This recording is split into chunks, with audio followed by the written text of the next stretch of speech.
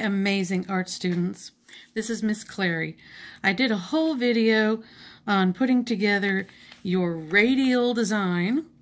And I did a good job covering some of the main points, but there were some things that later I thought, oh, I left that out, and it can be really important. So my thoughts now are, I originally said you could take your square that you made folding the paper, that you can do in your sleeve now, and you could cut out this piece and transfer it, which you can do, but I am requiring at least two idea sketches. So you are going to have a second piece of paper. There's no way around it I could think of. So go ahead and tear down two squares, you know, fold it over and tear off the excess. I've had a million examples of how to do this, so go and watch from last week if you can't remember, but I know you can do it in your sleep now. So you'll need a square to do your two idea sketches, and that's actually well, now I can't remember if you turn these in separately. I don't think you do, actually. So you'll just include them when you turn in the final. And the way that I make these, I did want to mention that this is the excess that you tear off to make your square. So where was it? It was here. So remember that this was originally one piece of Xerox paper, copy paper. You folded it over, you folded this a couple of times, and then you tore this off. So how I want you to use this now for this is to fold it in half, because that's the exact size limit that you have for this design. It will line up with the center of the paper, and the design can't go past here.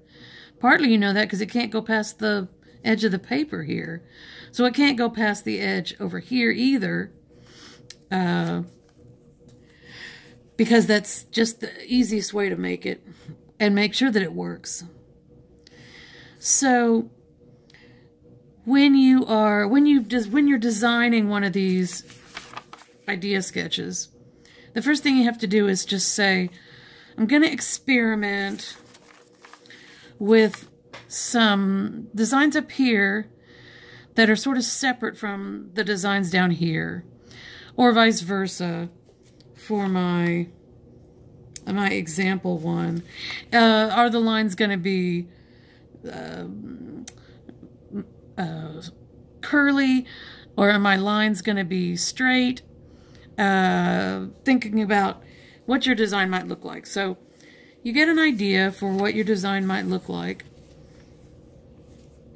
and you line up one corner with the middle, and you just say, I'm going to experiment with some loopy lines. I'm going to have a loopy line up here, and a line this way, a curling line here, and then I'm going to have some other, I want at least 5 lines, 5 to 7 lines. Looks really good. So I'm going to have 3 down here. And then you'll mark them on the paper as well. I'm making mine a little bar, because if you just make little hash marks, it gets really, trust me, it gets very confusing. I know you're thinking, oh, I don't have to do that, but you will. The marks just get confusing. What did I mean? Where is this line? So there's no confusion. And since I've got something there, I'm going to go to this line, because you can use any space. Just line it up here, and then I'm going to make my mark here and here. Here, make them a little mark, not just hash marks like that, because that's really tempting. And then I just have to make a line that meets up over here. And then I am making sort of thick lines. You could make slightly thinner lines, but remember, you got to color this in. If they're all little teeny thin lines, just makes more trouble for you. In here, now I'm gonna have a, oh, remember that this is the height. You can't go above that line. If you need to mark that for yourself, it's sort of a curved line right there. You can't go above that, or it won't fit on your paper in different places. It'll just be a pain. So make this come up here. If you want stuff in the middle of your, like this one is, where each loop is sort of spaced correctly, you can fold that and figure out where the middle is.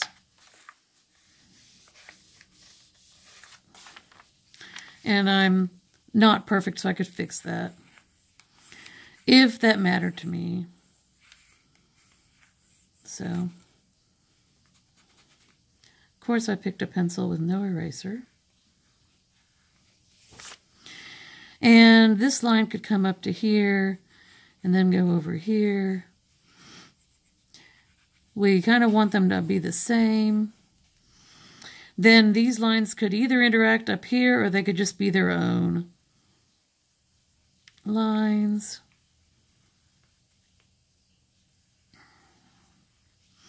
I used to let students have them meet up with different lines, and actually you can. It just makes them a crisscross line, which is fine.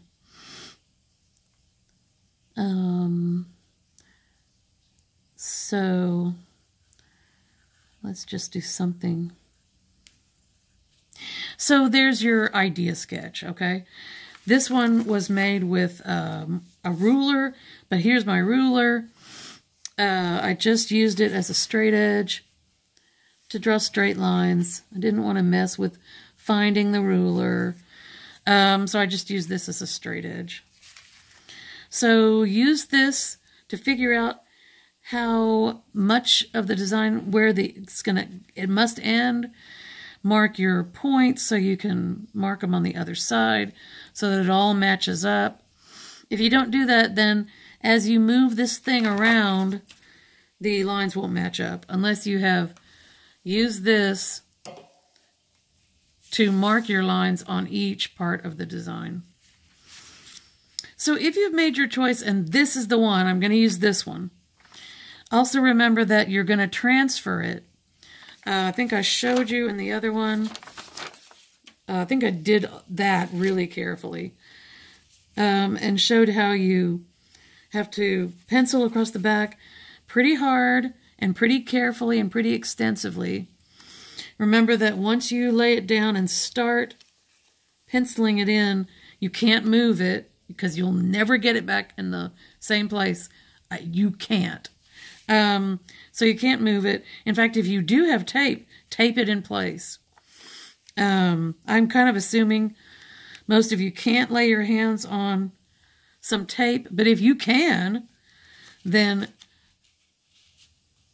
put this on the paper and tape it down, and then it won't move around. So, and unless you'll just like taping things, don't cut it out of your final design, which I did say was okay. It is okay, but... So now you've got to transfer it. So these have got to be nice dark lines. So now finally, I told you all year, draw as lightly as you can.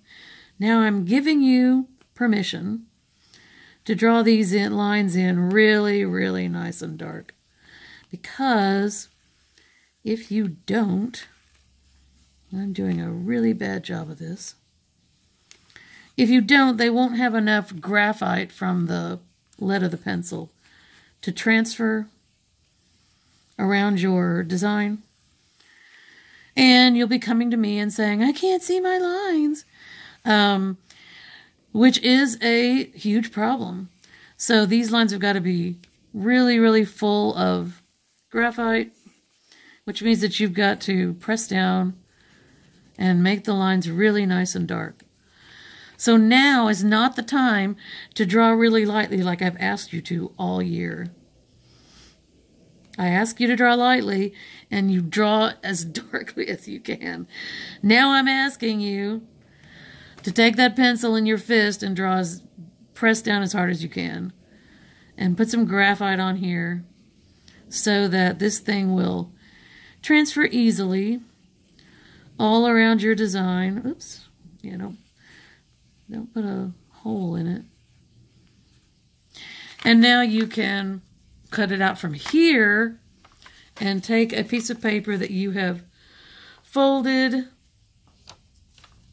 and cut this out and then start transferring it all around, in each of the 8 sections. So that was my thinking. So just some things that I didn't stress enough. And I want it to go smoothly for you. I have loved the origami, but I am a little bit tired of seeing the same.